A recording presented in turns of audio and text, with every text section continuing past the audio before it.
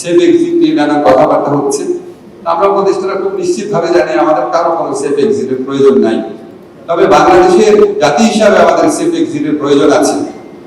আমরা এই যে গত 55 বছর দুঃশাসন দেখলাম, গুম দেখলাম, বিচার বহির্ভূত হত্যাকাণ্ড, ব্যাংক লুট করে ফেলে, জনগণের সাধারণ মানুষের আমানতের রাখা টাকা, এসালমের গ্রুপের কাজের লোক, ড্রাইভার, এদেরকে শেয়ার বানায় লুট করে নিয়ে যাচ্ছে।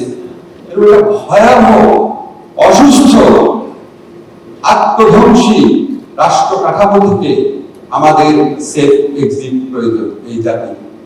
এবং এটার জন্য আমাদেরকে কিছু কিছু প্রতিষ্ঠানকে অত্যন্ত শক্তিশালীভাবে গড়ে তুলতে হবে।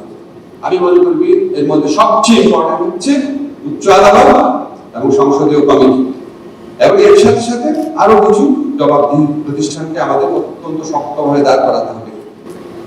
আপনাদের একটা এক্সাম্পল দিই, যেটা প্রায় মনে হয় আমি কনস্টিটিউশনাল ল পড়াই। আমাদের ৭২ সংবিধানে কিছু সীমাবদ্ধতা ছিল, কিছু ভালো জিনিসও ছিল। একটা খুব ভালো বিধান ছিল, রাষ্ট্রপতি প্রধান বিচারপতিকে ইন্ডিপেন্ডেন্ট নিয়োগ। সবাই এখানে মোটামুটি লয়ার ব্যাকগ্রাউন্ড আছে, আপনারা জানেন। যেটা এই উদ্দেশ্যে করা হয়েছিল যেন এখানে রাজনৈতিক প্রভাব না থাকে। রাষ্ট্রপতি ইন্ডিপেন্ডেন্টলি দুটা কাজই করতে পারে, তার মধ্যে আসলে একটা কাজ করতে পারে, সেটা হচ্ছে প্রধান বিচারপতি নিয়োগ করা।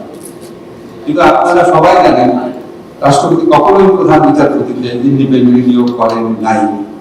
প্রধানমন্ত্রী ইচ্ছা অনুযায়ী বাংলাদেশে সবসময় প্রধান বিচারপতি নিয়োগ পেয়েছে, এবং আমরা এই ক্ষেত্রে এমন প্রধান বিচারপতিও পেয়েছি যারা মানবাধিকার লঙ্ঘনের ক্ষেত্রে নেতৃত্ব দিয়েছে, বাংলাদেশের নির্বাচন ব্যবস্থা ধ্বংস করার ক্ষেত্রে নেতৃত্ব দিয়েছে, বাংলাদেশের গণতন্ত্র ধ্বংস করার ক্ষেত্রে নেতৃত্ব দিয়েছে, এবং যারা গুম, বিচার বহির্ভূত হত্যাকাণ্ড, এই সমস্ত নিজের চোখে দেখে সমস্ত কিছু উপেক্ষা করেছেন, এবং যে সমস্ত বিচারক এই মানবাধিকারের লঙ্ঘনের পক্ষে সোচ্চার ভূমিকা রেখেছে, তাদের শাস্তি দাবি ব্যর্থ হয়েছে।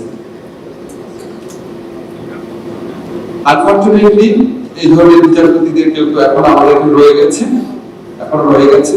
আমরা ইনস্টিটিউশনাল রিফর্মের পথে কিছু দূর অগ্রসর হয়েছি, পুরোটা করতে পারিনি।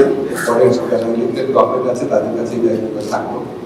আর এই কথাগুলো এগুলো বললাম যে আমরা ভালো আইন হলে আমাদের খুব আশাবাদী হয়ে না যায়।